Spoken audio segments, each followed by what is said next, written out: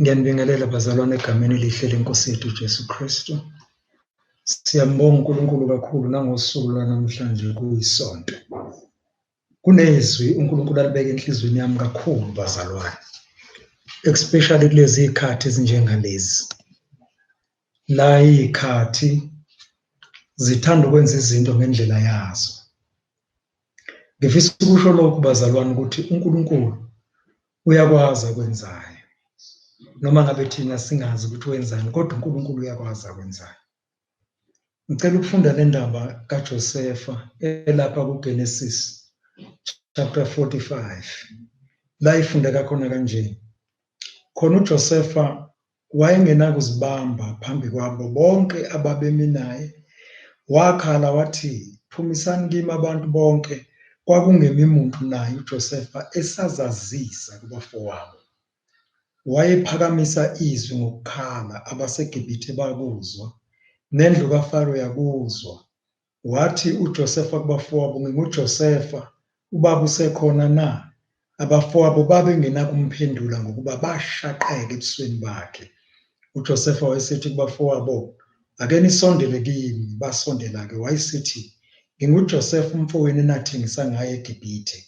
Manje ningabi buhlungu, ningazithukutheleli ukuthi nathengisa ngami lapha ngokuba uNkulunkulu wangithuma phambi kwenu ukulondoloza impilo." Siyabonga baba, izwi lakho linamandla ekuseni. Khazimulisa igama likaJesu ngalo. Udumo lonke malube ngolwakho, wena ohlezi esihlalweni sakho sobukhosi obusa konke. Siyazinikela kuwe sonke njengamanje, uwe izolo, uwe namhlanje, nguwe naphakade, ngegama likaJesu Kristu inkosi yethu. Amen. Izwi likaNkulunkulu-ke bazalwane lalikhuluma ngokuthi izikhathi zonke ezikaNkulunkulu, uNkulunkulu uyazazi zonke izikhathi. Njengoba uNkulunkulu owazi izikhathi, ayikho into eyenzeka emhlabeni angayazi. Thina esingakwazi, yena usuke ekwazi. Ngakho-ke uNkulunkulu uyi-sovereignty God. UNkulunkulu ongadingi ukutshelwa ukuthi kwenzakalani. Kodwa yena izimo zonke uzazi njengoba zinjalo. Ngizonitshela-ke namhlanje bazalwane ukuthi lokho okwenzakalayo uNkulunkulu uyazi ukuthi wenzani. Kodwa okubalulekile engifisa ukusho kubazalwane ukuthi ububi abuveli kuNkulunkulu. Futhi uNkulunkulu akayona isosi yobubi. Uma sithi uNkulunkulu uyi-sovereignty, it means he is an absolute ruler, supreme power, and a controller of everything. uNkulunkulu wethu akabuki njengathi, thina sazi la sikhona. uNkulunkulu ubuka la siyakhona. Njengoba ngithi ububi abuveli kuNkulunkulu, kodwa futhi uNkulunkulu uyakwazi ukubusebenzisa ububi ukufeza icebo lakhe, ngoba icebo lakhe lingeke livinjwe umuntu. Ngakho-ke uyakwazi futhi ukunqamula ububi nangasiphi isikhathi asithandayo. Kule ndaba esikhuluma ngayo la, uJosefa waphupha iphupho, uNkulunkulu emtshela ukuthi kuzokwenzekani ngempilo yakhe. Ekugcineni khona izinto ezenzeka. Uma esezosuka iphupho liyogcwaliswa, akuzange kube mnandi nakancane. Kwadinga ukuthi abafowabo bamdayise, kwadinga ukuthi abafowabo bamfake emgodini, kwadinga ukuthi abafowabo bamreject umfowabo. Kodwa kwase kuyicebo likaNkulunkulu lokuthi uNkulunkulu afeze akufunayo. Uma uNkulunkulu eqala ukwenza umsebenzi, siyamangala thina ukuthi kwenzakalani. Yiloko engifuna ukukutshela abazalwane ukuthi njengoba kwenzeka zonke lezi zinto ezenzekayo ngalesi sikhathi esiphila kusona njengamanje, uNkulunkulu uyazi ukuthi wenzani.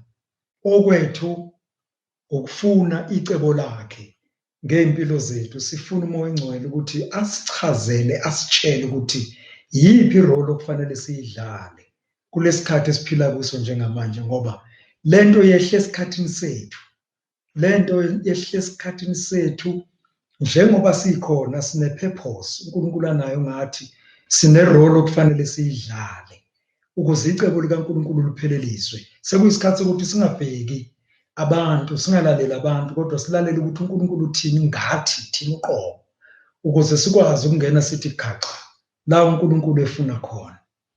lithi iBhayibheli lami la sifunde khona kuGenesis 45 abafowabo bakaJosefa bafika kwafika isikhathi la uJosefa esezethula kubo bamangala ngendlela emangalisayo uma eseqala ukukhuluma ukuthi yimi uJosefa enathengisa ngaye lithi iBhayibheli abamphendulanga ngazwi bavele bashaqeka ngoba babengalindele ukuthi umuntu ababemphethe ngalesi asihluku kungawuye lo futhi ekugcineni ongagcina esemi phambi kwabo esebabusa. Indlela zikaNkulunkulu zijulile kakhulu.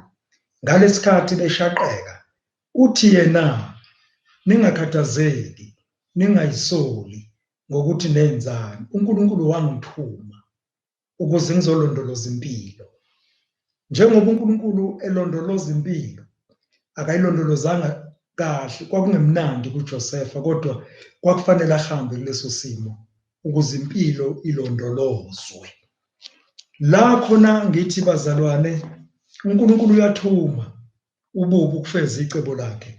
Ngifuna sifunde nangale encwadini yamaHubo 105 sisuke futhi kuverse 16 size sifike lapha ku20 noma ku21 lapha lithi izwi lenkosi futhi wathuma indlala phezu kwezwe walwaphula uzimo lwesinkwa wathuma indoda phambi kwabo uJosefa wathengiswa abe yisigqila balimaza izinyawo zakhe ngamaketanga waboshwa ngensimbi kwaze kwaba isikhathi elagcwaliseka ngaso izwi lakhe. Izwi likaJehova lamhola. Inkosi yathuma yamthukulula umbuso wabantu wamkhulula wamenza umphathi wendlu yakhe nenduna yezinto zakhe zonke. La sithola ukuthi kanti lokhu uNkulunkulu okwakwenzeka ngalo uNkulunkulu wayevele kwazi. Yingakho lethu uNkulunkulu wathuma indlala noma sithi ububi bungaveli kuye kodwa wayithuma indlala ngamabomu ngoba efuna ukufeza icebo lakhe. Yingakho ekugcineni isizwe sakwa-Israyeli saqala eGibhithe. Yingakho uJosefa asokola kanje. Kwakukhona iphupho elalizozalwa. Kwakukhona isizwe esasizozalwa.